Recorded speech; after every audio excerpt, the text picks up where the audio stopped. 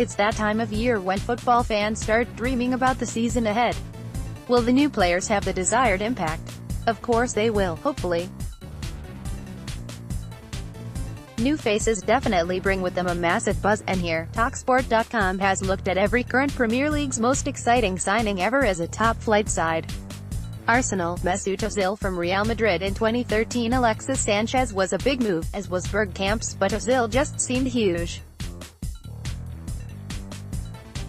Arsenal's failure to sign proven world-class talent had been a familiar lament since their last title win in 2004, so when they finally spent big it was an exciting moment for Gunners fans.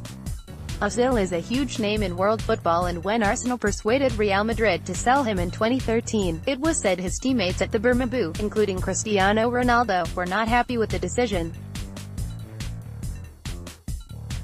At £42.5 million, no one could accuse Arsenal of scrimping on this deal. Ozil was a star of the 2010 World Cup and then was a hugely popular Real Madrid player. Bournemouth, Jordan Ibe from Liverpool in 2016. Although it hasn't quite worked out the way he and Bournemouth fans had hoped, at the time the deal appeared to be a strong statement of intent from the club. Ibe was 20 and the Cherries paid a club record £15 million for him.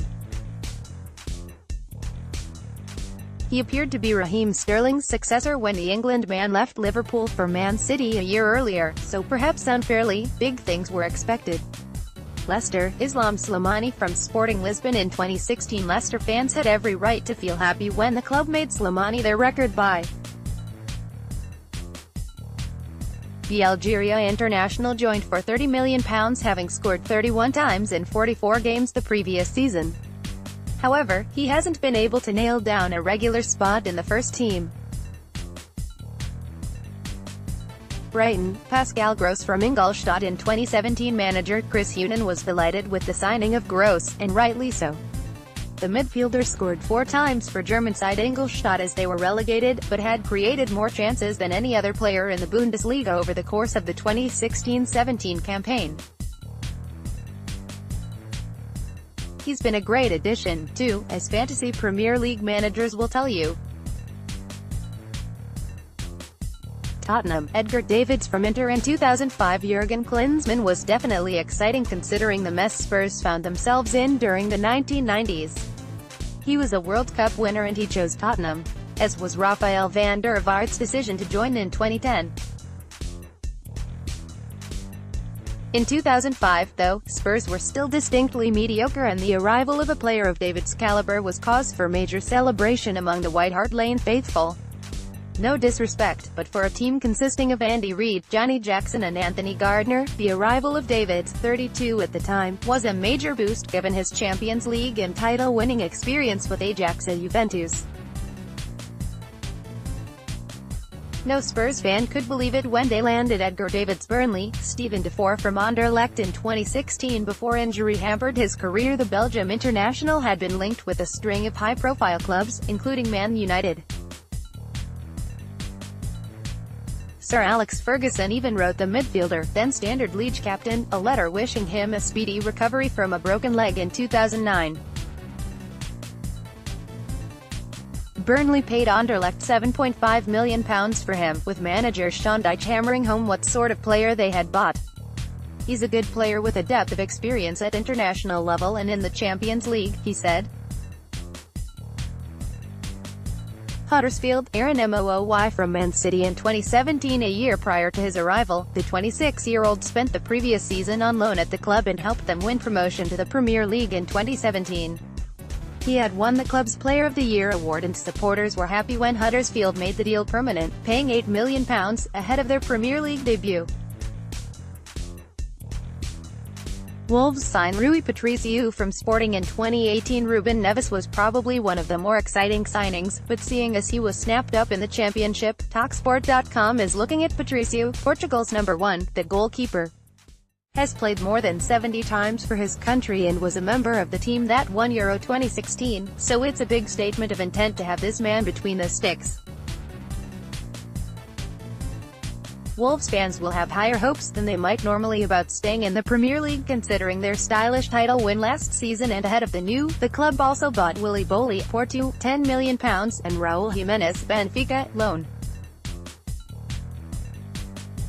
Rui Patricio won Euro 2016 with Portugal. Chelsea, Andriy Shevchenko from Milan in 2006, I am going from one big club to another and joining a team of champions, Shevchenko said upon signing for Chelsea in 2006.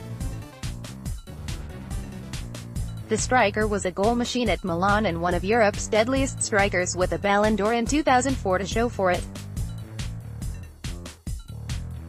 He wasn't great, and hindsight is a wonderful thing, but at the time, Chelsea, back-to-back Premier League champions, were understandably excited at the prospect of signing one of the world's best. Liverpool, Fernando Torres from Atletico Madrid in 2007. Robbie Fowler returning in 2006 was a sentimental one, with fans accepting he probably wasn't going to be as prolific as he once was, but most knew, or at least hoped, Torres would score goals for the club. He arrived in a £20 million deal with a growing reputation, and the young superstar didn't disappoint. He ended his time on Merseyside in 2011 with 81 goals in 142 games. Newcastle, Alan Shearer from Blackburn in 1996. Newcastle paid Blackburn £15 million to bring Shearer home in 1996, and supporters were certainly delighted to see the goal-scoring Geordie sign.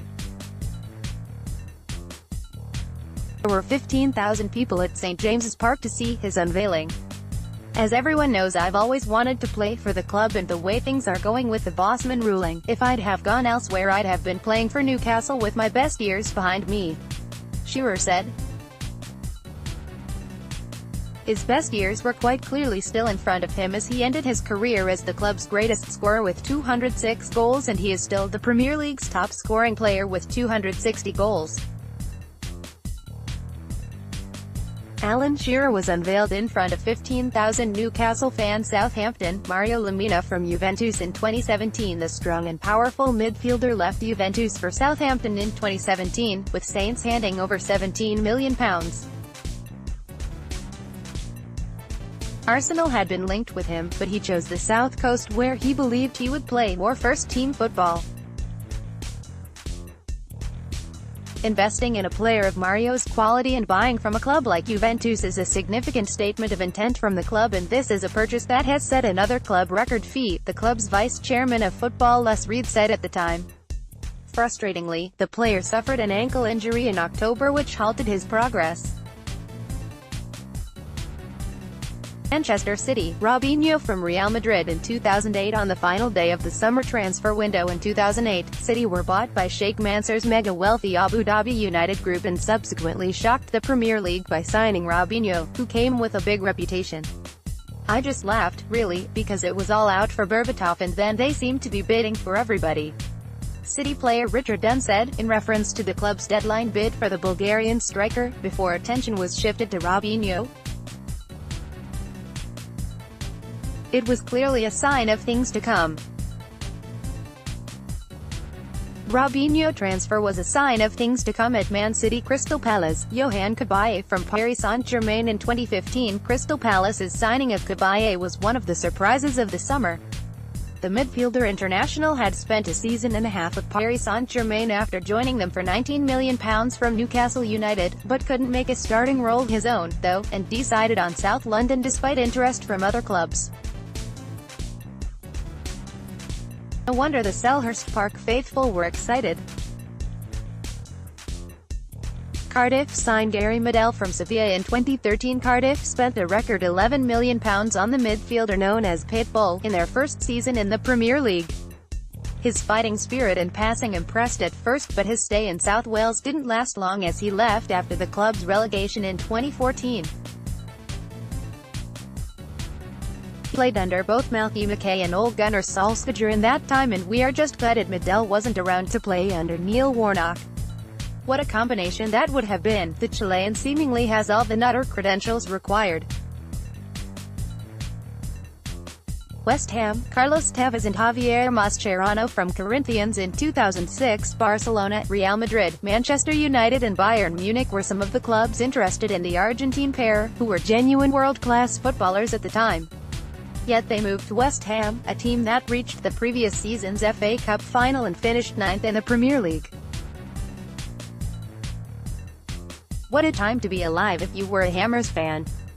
People got a shock when these two showed up, and Hammers fans got a thrill. Watford, Jose Jurado, from Spartak Moscow in 2015, a product of Real Madrid's youth setup, the 29-year-old made a handful of appearances for Los Blancos before moving to near neighbors Atletico Madrid in 2006. He played 115 times there and was part of the 2010 Europa League winning squad under Quique Sanchez Flores, who then brought him to Watford in 2015 and a year later at Espanyol. Everton, Romelu Lukaku signed from Chelsea in 2014. This signing is not just important for this season. It is a significant day in the history of this football club, Roberto Martinez crowed when Everton signed 21-year-old Lukaku in 2014. The striker had scored 16 goals on loan during the 2013-14 campaign and cost £28 million. He was popular with the fans, and when he decided to join permanently, it was a good day. There were similar scenes when Wayne Rooney returned to the club in 2017.